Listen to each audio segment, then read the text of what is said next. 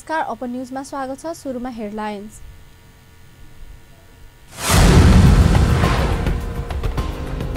जुम्लाको नागमल गमगढी राजमार्गमा जीव दुर्घटना, 3 जनाको मृत्यु।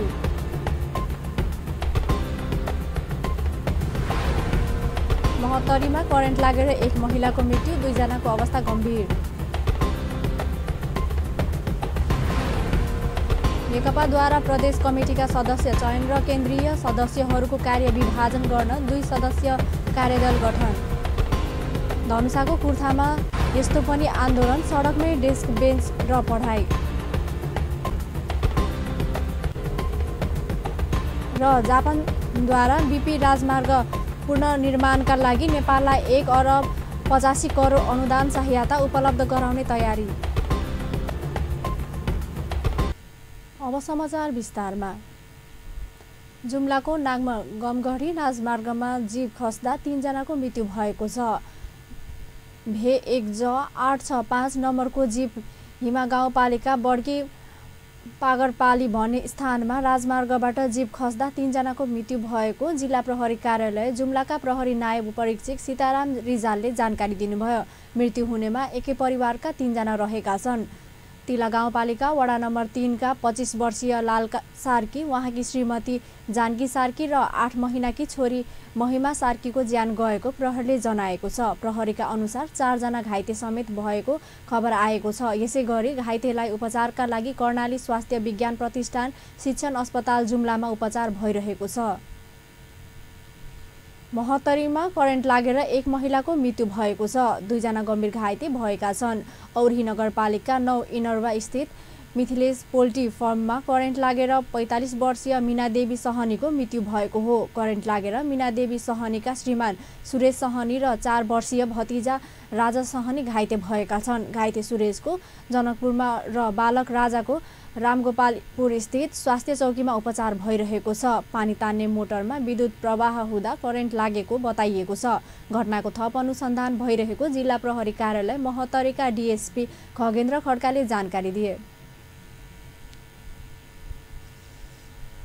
जनकपुरको पर्यटन धार्मिक सांस्कृतिक विकासका लागि जनकपुरका युवाहरू अग्रसर भएका छन्। जनकपुरमै पढे लेखेर देश विदेशमा विभिन्न क्षेत्रमा जिम्मेवार पदमा कार्यरत युवाहरू भिजिट जनकपुर नामको वेबसाइट सञ्चालन गर्नुका साथै अन्तर्राष्ट्रिय स्तरमा जनकपुरलाई डिजिटल चिनाउने अभियान थालेका छन्। विदेशका पर्यटकहरू इन्टरनेटमा नेपालका बारेमा खोज्दा सगरमाथा, पशुपतिनाथ, लिम्बुनी सहितका देशका धरोहरहरू मात्र प्राथमिकतामा आउने गरेकाले अब जनकपुर र यस क्षेत्रको महत्त्वलाई पनि इन्टरनेटमा प्राथमिकतामा ल्याउन अभियान थालिएको उनीहरूले बताए।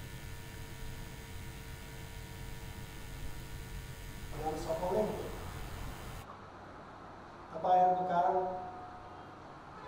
यो चिजहरूको बारेमा अरूले बुझ्छन्, यहाँको संस्कृतिको बारेमा यहाँको मान्छेले पनि बुझ्छन्, यहाँको संस्कृतिको बारेमा नेपालका अरू भागका मान्छेले पनि बुझ्छन्। त्यसपछि यहाँका जुन हाम्रो पब्लिक अफिसियलहरू हुनुहुन्छ, हजुरहरूको कारण सायद बाटोहरू राम्रो बन्ला, बिजनेसहरू अझ कस्टमर फ्रेन्डली होला। त्यसैले म धेरै धेरै अघि आएको छु।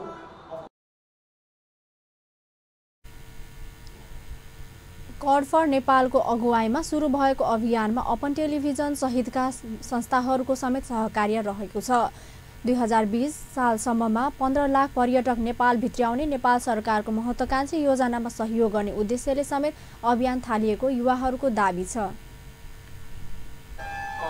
गर्दैछौँ 2-4 पर्सि शनिबार, त्यसैको लागि चाहिँ हामीले प्रेस मिट गरेको हौँ। हामीले चाहिँ यो एउटा हाम्रो यो अभियानले चाहिँ कसरी स्थानीय पर्यटनको विकास र हाम्रो जनकपुर क्षेत्रको आर्थिक विकास गर्न सकिन्छ भन्ने कुरालाई चाहिँ मध्यनजर राखेर यो अभियान सुरु गरेको हौँ। नेपाल सरकारले 2020सम्म चाहिँ नेपालमा 15 लाख टुरिस्ट भित्र्याउने भनेर चाहिँ एउटा अभियान थालेको छ। त्यो 15 लाख आउने मान्छेहरूलाई सकेसम्म धेरै मान्छेलाई जनकपुरसम्म ल्याउन सक्ने एउटा प्लेटफर्म क्रिएट गर्न चाहिँ हामीले खोजिरहेको हो। ठाम के मौलिकता ओकर विशेषता के प्रचार प्रसार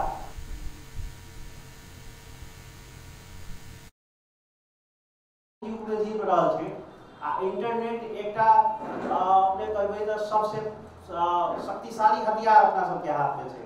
जैसे कि हम सब संसार के आइ के दिन में सूचित सूचना प्रकाशित कर सकै छियै। तो इंटरनेट के सहयोग से हम सब अपन जगह के इजिली प्रमोट कर सकै छी। आ ई काज मात्र कोनो एक्सपर्ट म्यूजिशियन एक्सपर्टे मात्र नहीं कर सकै छै, ई हम कर सकै छी, अहाँ कर सकै छी। अपन टेलीविजन के लोकेट करे के लागे हमरा म्यूजिक की आवश्यकता नहीं पड़ले, हम अपन मोबाइल में अपने लोकेट कर देलिए, अपने फोटो खींच के अपने रख देलिए। तो ई सब किछ एहन जनरल चीज भ गेल छै कि आइ जेकरा हाथ में एंड्रॉइड फोन छै आ इंटरनेट छै, वो बहुत कुछ कर सकै छी, कंटेंट डेवलप कर सकै छी अपन जगह के।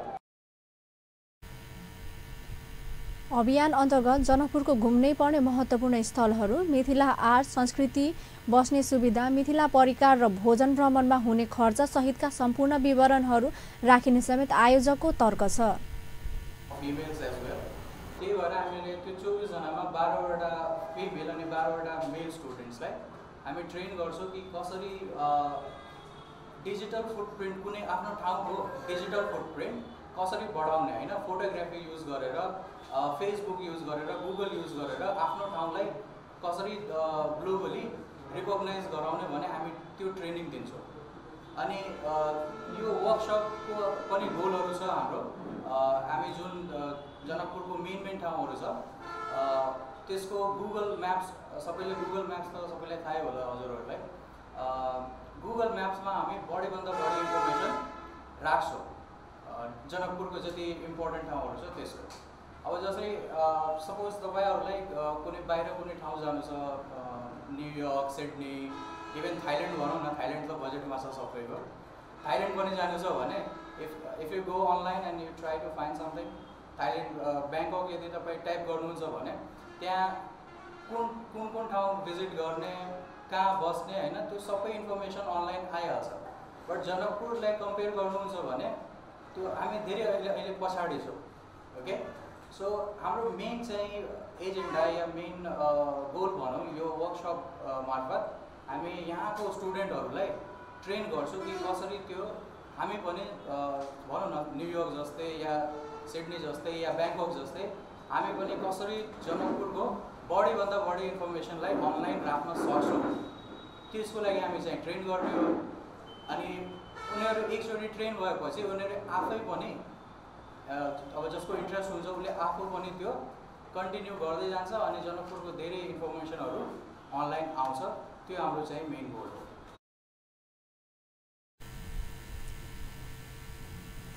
अभियानलाई सार्थक बनाउन टिमले आगामी कार्तिक 10, 11 र 12 गते जनकपुर स्थित मोनास्टिक स्कुलमा एक सेमिनार समेत आयोजना गरेको, जसमा करिब 10 जना जानकार ब्लगर्सहरूले जनकपुरका युवाहरूलाई प्रविधिका विषयमा परिचय दिनेछन्। अभियानी युवाहरूले आफूहरू जनकपुर धाम उपमहानगरपालिका र प्रदेश सरकारसँग समेत अभियानमा समन्वय गर्न चाहेको बताए। जनकपुर धाम उपमहानगरपालिका वडा नम्बर 21 कुर्थामा राजनीतिक विवाद र खिचातानीका कारण बच्चाहरूलाई सडकमा पढाउन थालिएको छ। महोत्तरीका अधिकांश ग्रामीण भेगलाई जनकपुरसँग जोड्ने मुख्य सडक मार्ग कुर्था हुँदै जान्छ, तर दशकसम्म कुर्थाको सडक बन्न नसकेकाले उपमहानगरपालिका भित्रकै एक वडा गाउँ जस्तो देखिन्छ। स्थानीय सरकार छानिएपछि सडक विस्तारले गति लियो, तर त्यसपछि कुर्थामा राजनीति सुरु भएको छ। सडक विस्तारका क्रममा स्थानीय राजर्षिजनक माविको पर्खाल भड्काएपछि विद्यालयका एक अभियानकै रूपमा आन्दोलित बनेका छन्। बिहिबार त उनले डेस्क र बेन्च सडकमै लगाएर विद्यार्थीहरूलाई पढाउने सांकेतिक आन्दोलन गरेका हुन्।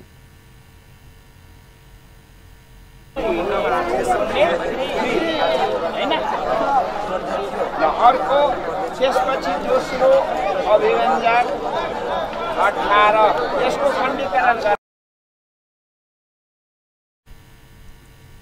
तत्कालीन नेकपा एमालेबाट वडा अध्यक्षमा जितेका अध्यक्ष रामेश्वर महासेठले सडक विस्तारका क्रममा भत्काइएको पर्खाल सहित विद्यालय समेत पुनर्निर्माणका लागि स्वयं तयार रहे पनि विद्यालयका वीरेन्द्र यादव केही राजनीतिक दलको बहकाउमा आन्दोलन गरिरहेको र विद्यार्थीहरूलाई समेत अब गलत रूपमा प्रयोग गर्न थालेको आरोप लगाउँछन्।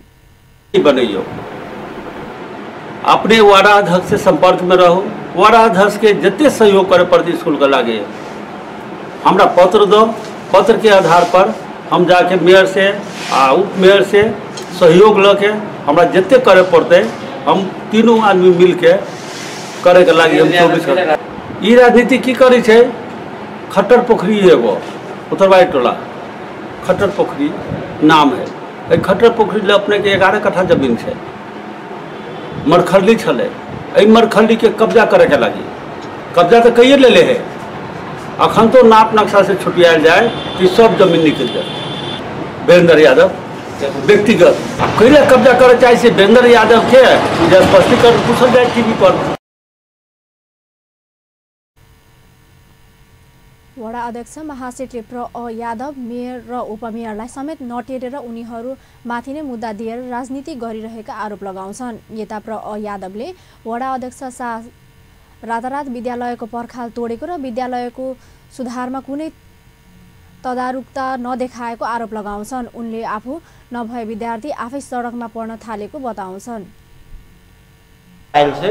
कि वैशाख के पहलो हफ्ता में विद्यालय के रात के 12 बजे डोजर लगा के वार्ड अध्यक्ष के योजना में वार्ड अध्यक्ष स्वयं अपने खड़ा भके भत्कायल गेले और अभी तक एक कोई किस्म के व्यवस्थापन पुनर्स्थापन के बात नहीं भऽ रहल है। हम सब बच्चा के नांगो बिल्डिंग में पढ़ाई रहल छियै जे पर से बच्चा खैस सके छै, मानवीय क्षति भऽ सके छै, कंपाउंड वाल नहीं छै, बच्चा सब रोड पर जाय छै, ओहि में ठोकर लाग के बच्चा सब मानवीय क्षति भऽ सके छै। पूर्ण बच्चा सब धुआं धुला से पूरे बीमार छै और इस सारा समस्या के कारण अब जाड़ा मौसम बच्चा वही बाहरो बिल्डिंग में नहीं रह सके छै। एकर कोनो पक्ष नहीं भेला कारण हमरा सबके बाध्यता बच्चा सब के सपुर्त रोड पर आयल छै, हम सब सपोर्ट केने छी।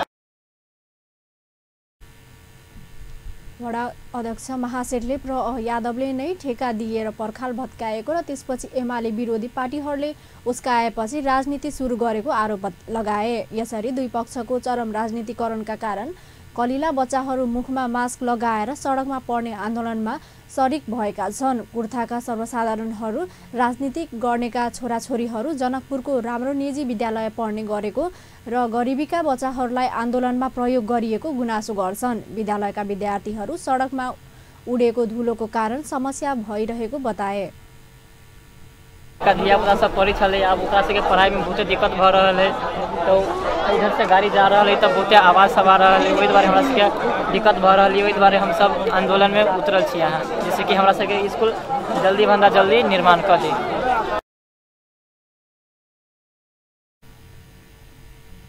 गर्मीको समयमा जसोतसो पढाए पनि जाडोमा समस्या हुने भएकाले दबाब दिन सडकमा पठन पाठन गरिएको प्रधानाध्यापक यादवले बताए।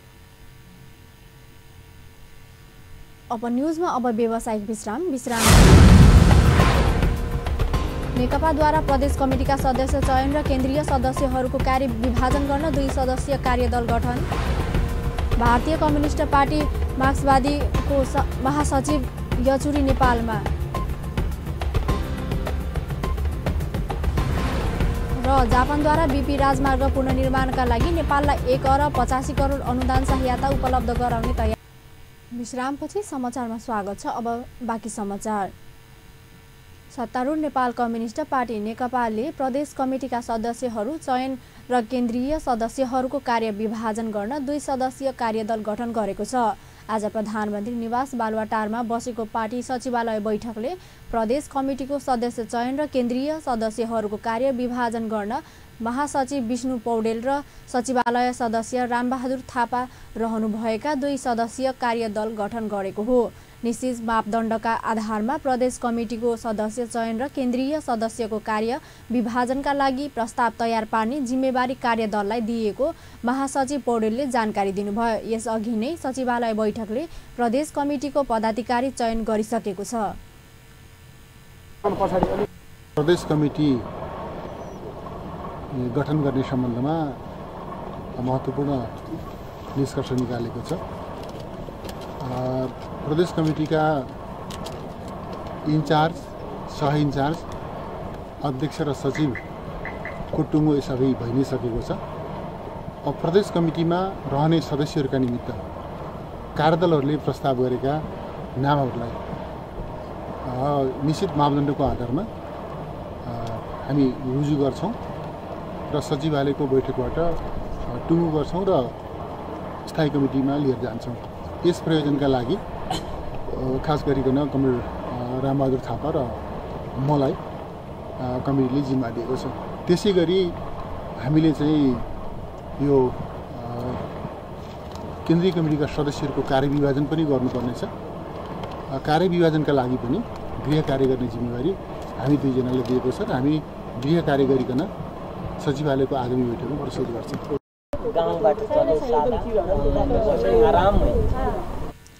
प्रदेश कमिटीको इन्चार्ज, सह इन्चार्ज अध्यक्ष र सचिव चयन सम्बन्धी सचिवालयको निर्माणमा वरिष्ठ नेता माधव कुमार नेपालले लिखित असहमति जनाएपछि सचिवालय बैठकले प्रदेश कमिटीको सदस्य चयनका लागि प्रस्ताव तयार पार्न कार्यदल नै गठन गरेको हो। कार्यदलले पेश गरेको प्रस्ताव सचिवालय बैठकमा छलफल भएपछि त्यसलाई स्थायी समिति बैठकले अनुमोदन गर्नेछ।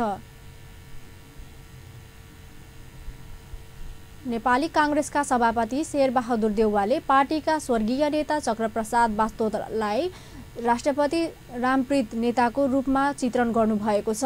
सभापति देउवाले तत्कालीन सशस्त्र विद्रोही माओवादीलाई शान्ति प्रक्रियामा ल्याउन स्वर्गीय नेता बास्तोलाले भारतमा बसेर पुर्याउनु भएको योगदानको पनि स्मरण गराउनुभयो।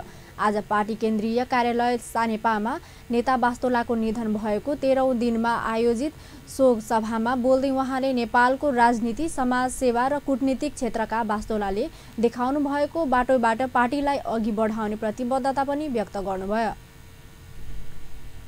उहाँले चाहिँ पहल गर्नुभयो भारतमा चाहिँ उहाँले अचेललाई भेटेर चाहिँ धेरै ठुलो विधानसभाको त्यसको लागि उहाँले धेरै ठुलो योगदान गर्नुभएको छ। यसबारेमा शान्ति प्रक्रियामा धेरै ठुलो चाहिँ उहाँले चाहिँ योगदान दिनुभएको छ। त्यस्तै अरू त पुरै चाहिँ कति गर्नुभयो, कति कति धेरै गर्नुभएको छ। उहाँ हरेक बेला चाहिँ गृहमन्त्री चाहिँ राजनीति गर्नुहुन्थ्यो। भुटानसितको चाहिँ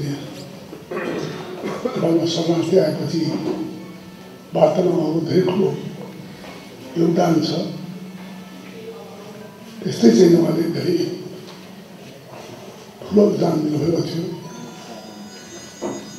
उहाँको राजनीतिमा धेरै ठुलो योगदान छ। कार्यक्रममा बोल्दै नेपाली कांग्रेसका उपसभापति विमलेन्द्र निधिले नेता बास्तोलाले नेपालको राजनीति, कूटनीति र समाज सेवामा दिनुभएको योगदानको चर्चा गर्नुभयो। उहाँले नेता बास्तोलालाई अद्भुत क्षमताका भएका नेताको रूपमा पनि स्मरण गराउनुभयो। उपसभापति निधिले नेता बास्तोलाले भारतसँग सीमा समस्या समाधान सम्बन्धी लिनुभएको उडानको पनि तारिफ गर्नुभयो। र सोसियलिजमप्रति, डेमोक्रेटिक सोसियलिजमप्रतिको कमिटमेन्ट र सँगसँगै डेभलपमेन्ट र प्रोग्रेसको बारेमा एउटा नयाँ बाटो हामीलाई लानुपर्छ भन्ने उहाँको विचार त्यो चाहिँ महत्त्वपूर्ण बाटो भएकै कुरा हो। जब यो बोर्डर नेपाल र भारतको बोर्डरको बारेमा सबै टेक्निकल जोइन्ट टेक्निकल टिमले लिइसकेपछि अहिले पनि भारतको कता कता भन्दैछ सुस्ता र कालापानीको बाँकी छ के हो र बाँकी कुरामा सिग्नेचर गरिहालौँ न। यो दुईवटा कुरा पछि गर्दा हुन्छ नि, गर्दै गर्दा मैले धेरै छलफल गरेँ। उहाँले मलाई बताउनु भयो र म त्यही बेलादेखि मैले त्यो पनि उहाँको कुरासँग सहमत भएर मैले पनि भने हस्ताक्षर गर्दै लोकराज बरालजी र उद्धव ट्याक्रोलजीहरूले एउटा किताब सर्वेको रिपोर्ट विमोचन गर्नुभएको छ। सुशील कोइरालाको मलाई विमोचन समारोह मलाई बोलाउनु हो। त्यहाँ त्यही कुरा भयो, मिस्टर पिडीको त्यहाँ त्यही कुरा पनि भन्यो। म यहाँ आएर बोल्न चाहन्छु, मेरो मस्तिष्क के मलाई बोल्न लाग्यो।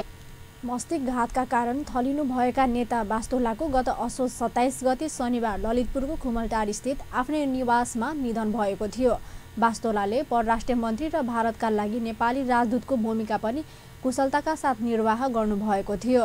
नेता बास्तोला 2046 सालको जनआन्दोलन पछि बनेको गिरिजाप्रसाद कोइराला नेतृत्वको सरकारलाई परराष्ट्रिय नीति निर्माणमा महत्त्वपूर्ण योगदान दिने नेताको रूपमा पनि परिचित हुनुहुन्थ्यो।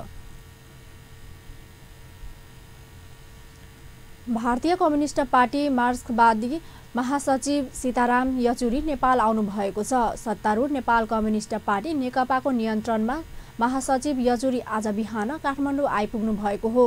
नेपाल आइपुग्नु भएका उहाँले त्रिभुवन अन्तर्राष्ट्रिय विमानस्थलमा सञ्चारकर्मीहरूसँग संक्षिप्त कुराकानी गर्दै आफ्नो नेपाल बसाई दुई देश र दुई पार्टी बीचको सम्बन्धलाई अझै बलियो बनाउन केन्द्रीय हुने बताउनुभयो। त्यस अवसरमा दुई मुलुक बीचको जनस्तरको सम्बन्धको पनि उहाँले उल्लेख गर्नुभएको थियो।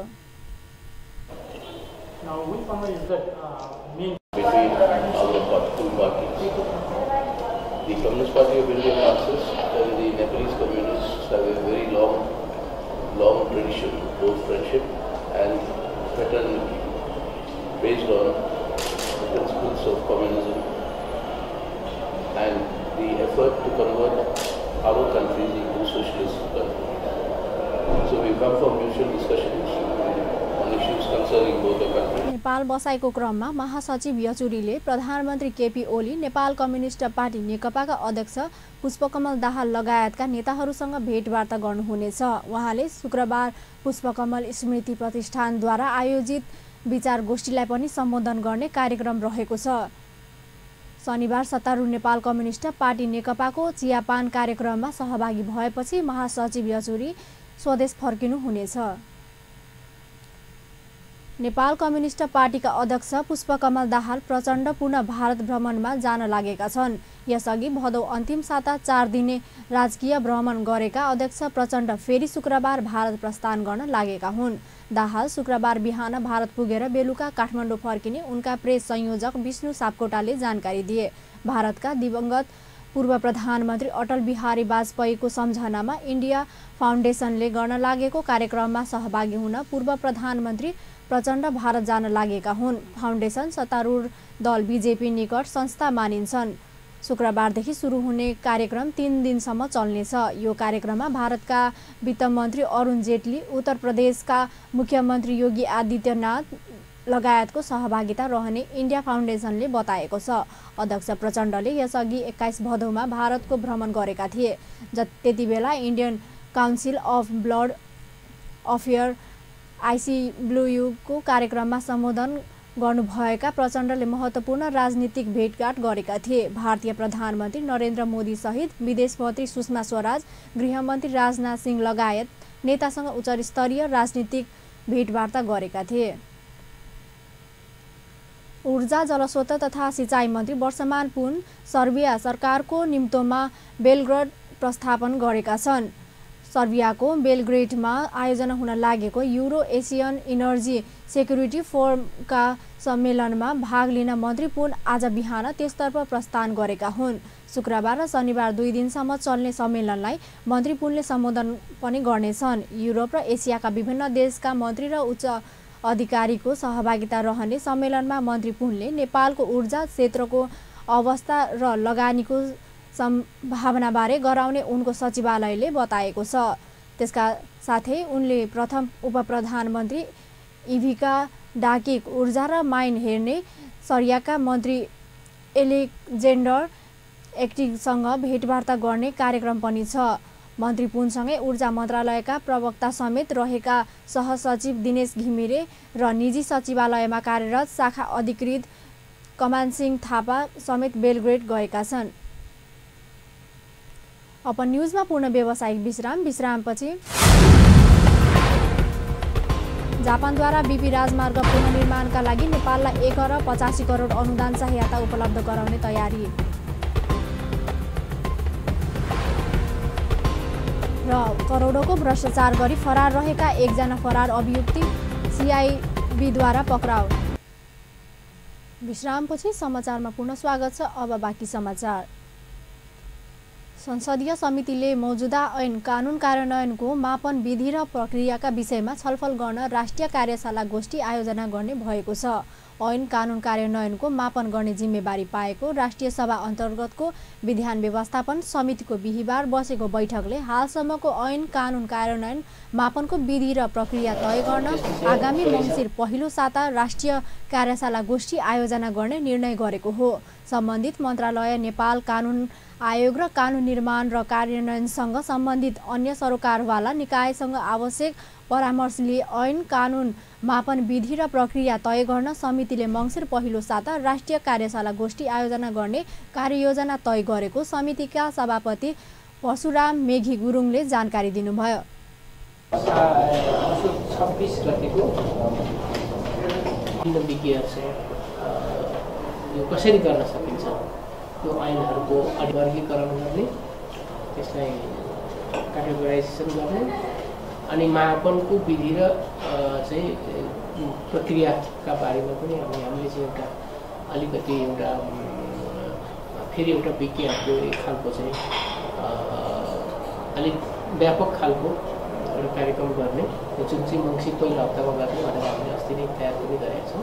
त्योभन्दा अगाडि यो सङ्कलित ऐनहरू जम्मा अहिलेसम्म 339 गरी थोरै यसको ग्रुपिङ पनि गरेका छ।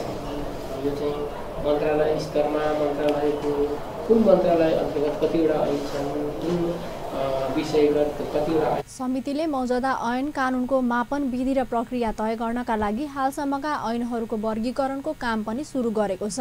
2010 साल यताका ऐन वर्गीकरणको काम पनि सुरु गरिएको समितिले जनाएको छ। हालसम्म 339 वटा कानुन वर्गीकरणका क्रममा पाइएको पनि समितिका सभापति गुरुङले बताउनुभयो।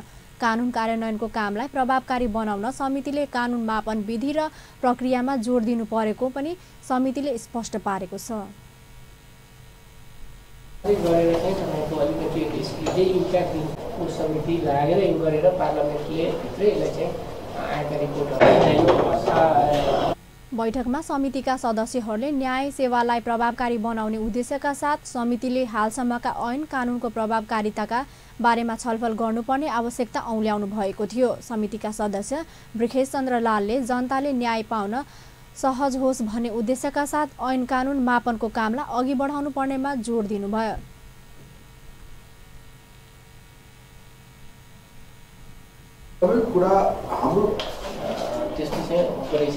बढी जनताको निमित्त लाभकारी होस् भन्ने नहोला, छिटो र छरितो न्याय पाइयोस् भन्ने नहोला होइन। ती उद्देश्यहरूको पनि चर्चा गर्ने र ती उद्देश्य पुरा गर्नका लागि कुन चाहिँ प्रक्रिया अपनाउने, त्यसका निमित्त चाहिँ नै हाम्रा त्यसमा सहभागी विशिष्ट व्यक्तिहरू विज्ञहरू उहाँहरूको राय सल्लाह लिएर अनि त्यसपछि चाहिँ हामी एउटा प्रक्रिया बनाउने समीक्षा गर्ने बेला छ। अहिलेसम्मको अध्ययनले के देखाइरहेछ भन्दाखेरि यो विद्यमान ऐन कानुन कार्यान्वयन मापनको मुख्य जिम्मेवारी पाएको विधायन व्यवस्थापन समितिले 2010 साल यताका विभिन्न कालखण्डका ऐन कानुनहरूको मापन विधि र प्रक्रिया माथिको छलफल सुरु गरेको हो। समितिका सभापति गुरुङले कानुन कार्यान्वयनलाई प्रभावकारी बनाउन अनुसन्धानको कामलाई पनि समितिले आफ्नो प्राथमिकतामा राखेको पनि स्पष्ट पार्नुभयो। जापानले बीपी राजमार्ग पुनर्निर्माणका लागि नेपाललाई 1 अरब 85 करोड अनुदान सहायता उपलब्ध गराउने भएको छ। अर्थ मन्त्रालयका सचिव डाक्टर राजन खनाल र नेपालका लागि जापानका राजदूत मिसमिची साइगो बीच बीपी राजमार्ग पुनर्निर्माणका लागि नेपाललाई उपलब्ध गराइने सो आर्थिक सहायता सम्बन्धी सम्झौता पत्रमा बिहिबार हस्ताक्षर भएको हो। अर्थ मन्त्रालयका आयोजित एक कार्यक्रमका बीच गरिएको सम्झौता अनुसार आगामी सन् 2020 भित्र बीपी राजमार्गको 160 किलोमिटर भित्रको 20 ठाउँमा भूकम्पले पुर्याएको क्षतिको पुनर्निर्माण सम्पन्न गर्नुपर्नेछ। सन् 2020 भित्र पुनर्निर्माणको काम सम्पन्न हुने गरी जापान सरकारले बीपी राजमार्ग पुनर्निर्माणका लागि सो अनुदान सहायता उपलब्ध गराउने भएको अर्थ सचिव डाक्टर खनालले जानकारी दिनुभयो। कार्यक्रममा बोल्दै नेपालका लागि जापानका राजदूत साइगोले नेपालको कृषि पर्यटन र विद्यालय तहको बालबालिकाको पठन पाठनलाई सहज बनाउन बीपी राजमार्ग पुनर्निर्माणका लागि आर्थिक सहायता उपलब्ध गराउन लागि बताउनुभयो। उहाँले नेपालको आर्थिक विकासमा जापान सरकारले आवश्यक सहयोग उपलब्ध गराउँदै जाने प्रतिबद्धता पनि व्यक्त गर्नुभयो। 2072 सालमा आएको विनाशकारी भूकम्पले सो राजमार्ग अन्तर्गत 20 वटा ठाउँ मासिएको थियो। जापान सरकारकै आर्थिक सहायतामा निर्माण गरिएको सो राजमार्ग 2071 सालदेखि सञ्चालनमा आएको थियो। करोडौंको भ्रष्टाचार गरी फरार रहेका एकजना फरार अभियुक्तलाई केन्द्रीय अनुसन्धान ब्युरो CIB ले पक्राउ गरेको छ। भ्रष्टाचार मुद्दामा तत्कालीन पूर्णावेदन अदालत पाटनबाट 2057 साल कार्तिक 21 गते 1,23,53,880 रुपैयाँ 80 पैसा जरिवाना र 1 वर्ष कैद सजाय फैसला गरेका ललितपुरका धापाखेलका 39 वर्षे राजकुमार खड्कालाई पक्राउ गरेको हो। खड्कालाई धापाखेलबाटै पक्राउ गरी अदालतको फैसला कार्यान्वयनका लागि काठमाडौँ जिल्ला अदालतमा पेश गरिएको CIB ले जानकारी दिएको छ। अदालतले कैद भुक्तानका लागि खड्कालाई आजै दिल्ली बजार कारागार चलान गरिसकेको छ। अवैध रूपमा भारत निकासी गर्न लागेको 24 कार्टुन मदिरा आज महोत्तरी प्रहरले बरामद गरेको छ। भारतीय नम्बर प्लेटको गाडीका चालक प्रहरीको गस्ती टोलीलाई देखेपछि गाडी नै छोडेर चालक भागेका थिए। उक्त गाडी चेक जाँच गर्दा 24 कार्टुनमा 250 ml को 800 पिस सोफी रक्सी फेला परेको जिल्ला प्रहरी कार्यालय महोत्तरीले जनाएको छ। जल्लेश्वर नगरपालिका वडा नम्बर 3 स्थित पर्सा पैतैलीबाट भारत भिटामोडतर्फ जाँदै गरेको DL र CD 2287 नम्बरको भारतीय नम्बर प्लेट भएको गाडीमा अवैध रूपमा मदिरा भारततर्फ निकास गर्न खोज्दा प्रहरीले पक्राउ गरेको जनाएको छ। पक्राउ परेका गाडी र 24 कार्टुन मदिरा सोफी रक्सी आवश्यक कारबाहीको लागि राजस्व कार्यालय जनकपुर पठाएको जिल्ला प्रहरी कार्यालय महोत्तरीका DSP खगेन्द्र खड्काले जानकारी दिए। पछिल्लो केही समय सीमानाकामा भारतको बिहार राज्यबाट मदिरा सेवनकर्ताको आउने गरेका छन्। भारतको बिहारमा मदिरा प्रतिबन्धित भएपछि पछिल्लो समय नेपालबाट मदिरा तस्करी हुन थालेको हो। अमेरिकी डलरको भाव आज 69 पैसाले घटेको छ। नेपाल राष्ट्र बैंकले आजका लागि 1 अमेरिकी डलरको खरिद दर 116 रुपैयाँ 75 पैसा र बिक्री दर 117 रुपैयाँ 35 पैसा कायम गरेको छ। बुधबार 1 अमेरिकी डलरको खरिद दर 117 रुपैयाँ 41 पैसा र बिक्री दर 118 रुपैयाँ 1 पैसा थियो। काठमाडौँको हाँडी गाउँमा आजबाट हाँडी गाउँको जात्रा सुरु भएको छ। कोजागत पूर्णिमाको भोलिपल्टदेखि 3 दिनसम्म यो जात्रा मनाउने गरिन्छ।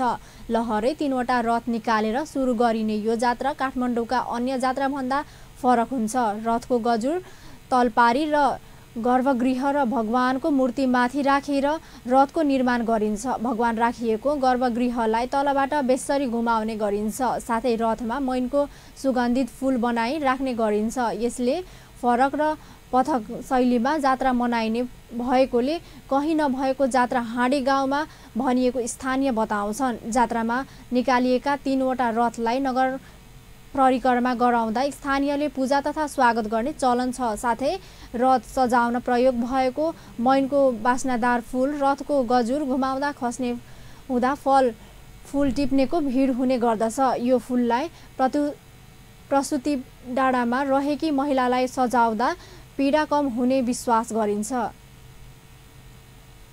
अन्त्यमा हेडलाइन्स पुनः एकपटक। जुम्लाको नागमा गमगढी राजमार्ग जीव दुर्घटना 3 जनाको मृत्यु। महोत्तरीमा करेन्ट लागेर 1 महिलाको मृत्यु 2 जनाको अवस्था गम्भीर। नेकपाद्वारा प्रदेश कमिटीका सदस्य चयन र केन्द्रीय सदस्यहरूको कार्य विभाजन गर्न 2 सदस्यीय कार्यदल गठन।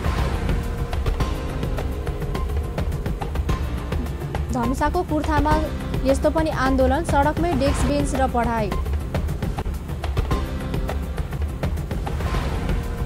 र जापानद्वारा BP राजमार्ग पुनर्निर्माणका लागि नेपाललाई 1 अरब 85 करोड अनुदान सहायता उपलब्ध गराउने तयारी। हस्त अपन न्युज अहिलेलाई यति नै। पल पल खबर तेज नजर हेर्दै रहनुहोला अपन टेलिभिजन। नमस्कार।